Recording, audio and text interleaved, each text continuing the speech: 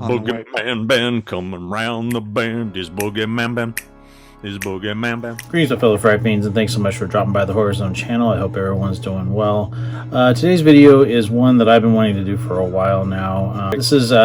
I'm considering this part of my new series that I'm doing. Instead of doing movie reviews, I decided to do something called spooky screenings. And I felt like this was the best way that I knew how to pay tribute to lead actor Julian Sands. Of course, everyone knows that Julian Sands went missing back in January 13th. He had gone hiking on California's Mount Baldy and was reported missing that evening.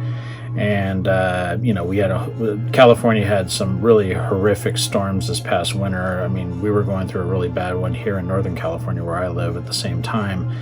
And I hope that, I kept saying I hope that they find him and things like that, but as it stretched on for weeks and months, I just kept losing faith that he was going to be found alive, unfortunately. And right before I went to Ferndale, the day before I went to Ferndale, which was on June 25th, they found his remains. Hikers found his remains.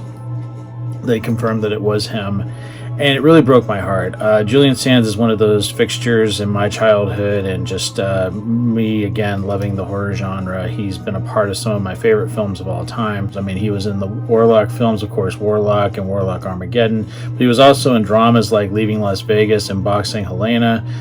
He was in The Girl with the Dragon Tattoo. He was in Ocean's 13. He was on the series 24 and Arachnophobia. But the film that I really wanted to focus on today is my favorite film that he did, and it's my favorite performance of his. And it might seem odd to some people, but it's a film that I really enjoyed when it first aired. It was a Stephen King miniseries that aired in the winter of 2002. And it's not an easy movie to get anymore, but it is called Rose Red. And I don't know if many people have seen this film, but it was a 3-night miniseries. It's one that I think still holds up. I actually just rewatched it today to prepare for this because I haven't watched it in a number of years. But the character of Nick that Julian Sands plays in this film has always been one that I really loved. I just loved the way he played the character, and I just love the whole haunted house aspect of this film that really pays tremendous homage to like the Winchester Mystery House, which is a location close to where I live. And I hope everyone looks forward to this, talking about my favorite movie and my favorite role of the late actor. And here we go.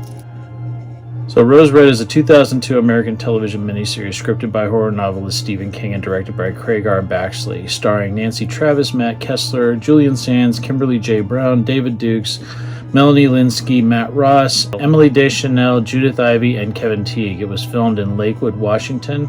The plot focuses on a reputedly haunted mansion located in Seattle, Washington named Rose Red. Due to its long history of supernatural events and unexplained tragedies, the house is investigated by parapsychologist Dr. Joyce Reardon and a team of gifted psychics. Dr. Joyce Reardon is an unorthodox university psychology professor, and she leads a team of psychics to the massive and animated Seattle mansion known as Rose Red in an attempt to record data which will constitute scientific proof of paranormal phenomena. The mansion is publicly thought to be haunted, and at least 23 people have either disappeared or died there, and the interior of the house appears to change or increase in size, yet only from the inside. Reardon's team awakens the evil spirit possessing the house, leading to several deaths and a revelation of the mansion's deadly secrets.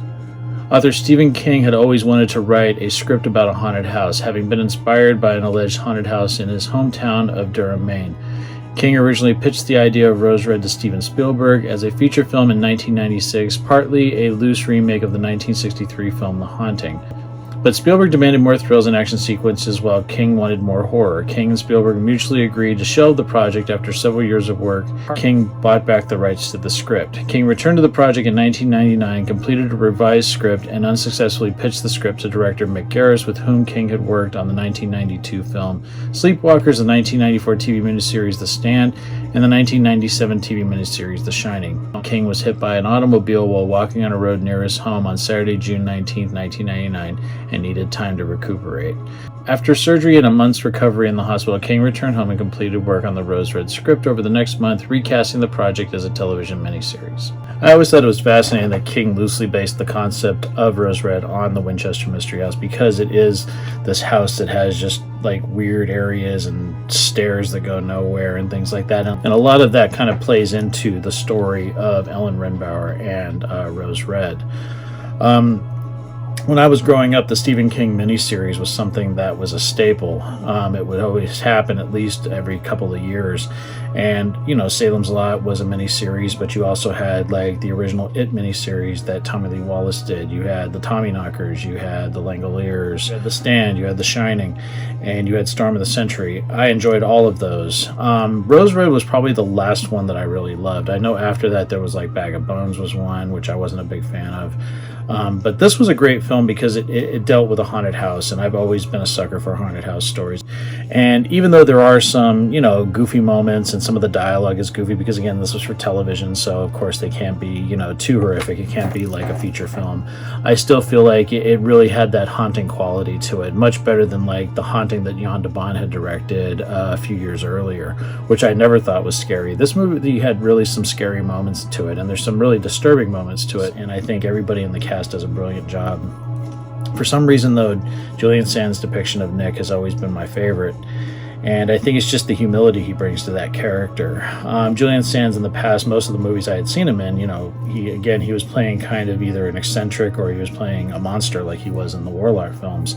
And this was the first time, even though he's a telepath, because he is psychic in this, because that's what Dr. Joyce Reardon is doing. She's gathering up all of these people that have second sight to go in there and help bring out of Rose Red whatever is there. And the fact that there's just this humility to Nick. I just felt like Julian Sands really brought out the best in a lot of these actors. Not to say that they couldn't have done it on their own, but there was just like, he just had this way about him in the film that just really spoke to me, and I loved him in this film. And rewatching it, you know, today, after I haven't seen it in like 15 years, I remembered quite a bit of it.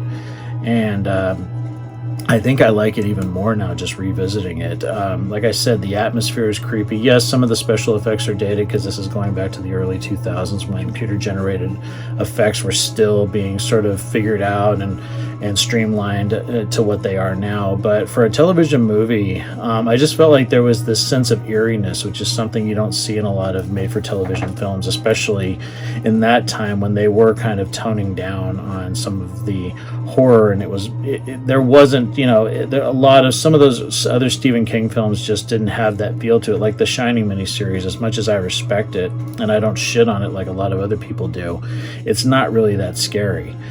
When you put it up against Kubrick's film, there's no comparison. It's just not scary. It does pay faithful homage and follow the trajectory of the book exceptionally well, as opposed to Kubrick, who kind of took the blueprint and wrote his own thing. But with Rose Red, I felt like it was creepy. It scared me in moments. It was really, there was times that some of the imagery really stuck with me, even if it was something very subtle that you would see in the shadows. It was just really, really well done. And it surprises me that after all these years, it's still not on Blu-ray.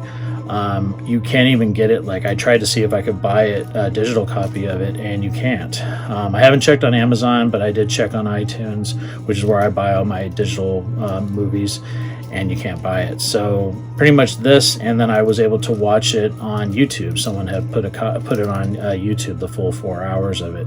I do recommend people checking it out. Just to, you know, it's like I said, there's parts that are probably gonna make you cringe. Some of the dialogue's a little goofy, but I had such a great time revisiting it and paying tribute to the late Julian Sands, who I'm really saddened that he passed away. And I feel bad that it took me almost 2 weeks after they discovered, you know, his remains to do a proper tribute to him. But I felt like this was the best way to do it, talking about a film that I really, really enjoyed revisiting after so long. And the movie came out nearly 22 years ago, which is crazy, but I definitely recommend people giving it a chance. If you're a fan of Julian Sands, I think you will love him as the character of Nick. He's fantastic in this movie, and everybody in the cast does a brilliant job, and it's unfortunate that we've lost such a great actor in Julian Sands, but I wanted to make sure I did something to pay tribute to him, and I thought the best way I could do actually talk about a performance in a movie that I loved him in so much. So rest in peace to Mr. Julian Sands. He was a terrific actor, an amazing performer, and like I said, check out Rose Red if you get a chance, if you can find it on DVD. It was a 3-night event, so it's a little over 4 hours, but absolutely fantastic, and there is a making of on this DVD set. So yeah, thanks so much everyone for taking the time to watch this. My first episode of Spooky Screenings, which I'm going to be doing a lot more regularly. And real quick before I go, I want to send a special shout out to my friend Eric over at Zombie Daddy Film. He used to do a channel with his kids called Zombie Family Unboxing. They would unbox, like, you know, movies and toys and things like that. Well, he's restarted his channel as Zombie Daddy Film, and I'm going to put a link down below to that channel. Go give him a sub. He's an awesome guy. Been friends with him for a long time, and his family's awesome, and just want to see him do well in this space. And he's just sort of starting his channel over again, kind of got a new flavor to it, but yeah, I want to see him be successful. So please go and support my buddy Eric. I really appreciate that. Really appreciate all of you. Thank you so much again for the support, and I will talk to you guys again later. Take it easy, stay scared as always. Peace.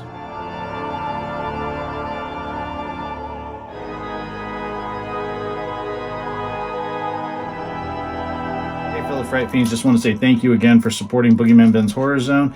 If you're brand new to the channel and you haven't yet subscribed, please hit the subscribe button down below, hit the bell notification so you're updated every time I drop a new video. I typically do this once or twice a week with new content. I've been doing this for over 11 years, and the horror genre is a passion of mine, and it really means a lot to me that I can share that passion with all of you guys. Thanks so much again for the support, and I'll talk to you again later. Take it easy, stay scared as always. Peace.